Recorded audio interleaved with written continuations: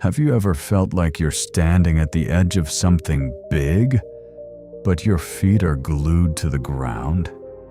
That was how Emma felt one rainy Tuesday morning in Cedarville, a small town where everyone knew everyone. She had always dreamed of opening a little bakery, the kind where the smell of fresh bread made people pause on the street and smile. But bills, rent, and student loans whispered in her ear every day. Not now. You can't do it. Emma worked at a small cafe downtown. She made coffee, wiped tables, and sometimes sneaked in a cupcake she baked the night before. People liked her treats, but she only sold to friends and neighbors. She wondered if anyone else would ever taste them. One morning, as the rain tapped gently on the windows, Emma noticed a man sitting outside the cafe under the awning. His hair was gray, and he had a notebook open, scribbling numbers and sketches. Curiosity nudged her, and she brought him a warm croissant on a small plate. "Here," she said, smiling. "For you." He looked up, surprised. Then he smiled back. "Thank you, Emma." "I'm Jacob," he said. "I just moved here.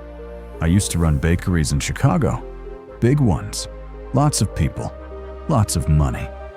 But I wanted something slower. Something real."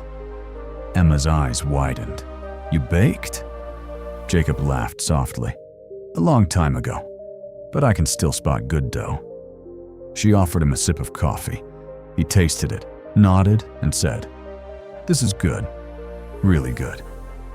But your packaging, your presentation, it doesn't tell the story of what you make." Emma frowned. "I don't have money for fancy boxes or advertising. I just bake what I love." Jacob leaned back and watched the rain. Sometimes, starting small is the best teacher. You don't need a fancy store or a big budget. You need a plan, patience, and people who listen. Over the next few weeks, Jacob visited often. He watched Emma bake. He asked questions about the ingredients, the flavors, the way the town shops worked. Emma realized he wasn't there to take over or criticize. He wanted her to see what she already had, potential waiting quietly in her hands. "People here like stories," Jacob said one evening, as the sun set behind the clouds. "They want something simple, honest, and local. You already make that. Now, you just need to share it." Emma took a deep breath. She started small, selling her pastries at the farmer's market on Saturdays. She posted pictures on social media with little stories about each treat. The honey she got from Mr. Lewis's bees, the blueberries picked from her neighbor's garden. One Saturday, a storm hit the market. The wind blew Emma's sign away. Rain soaked her tablecloth. She stood there for hours, shivering, and sold nothing. She went home crying, thinking she had made a mistake. But the next morning, Jacob knocked on her door. "Storms clear the air, Emma," he said. "Clean the trays, bake again. The sun always returns." She wiped her tears and fired up the oven one more time. At first, not many people came.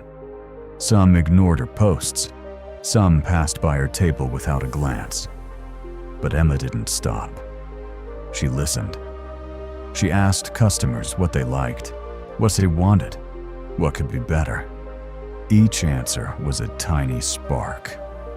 She learned that people loved the blueberry scones, but wanted them smaller. That her chocolate croissants were perfect, but they needed a little warmth before serving. That her cinnamon rolls smelled amazing, but the packaging could make them look more inviting. Month by month, the little bakery grew. Emma stayed humble, baking early in the morning, chatting with neighbors, learning the rhythm of her town. And soon, the quiet little table at the farmer's market became a small shop on Main Street. People lined up on weekends. They didn't just come for pastries. They came for Emma's care, her stories, her dedication. One rainy morning, much like the first day Jacob had shown up, Emma stood by the window, watching people pass with umbrellas.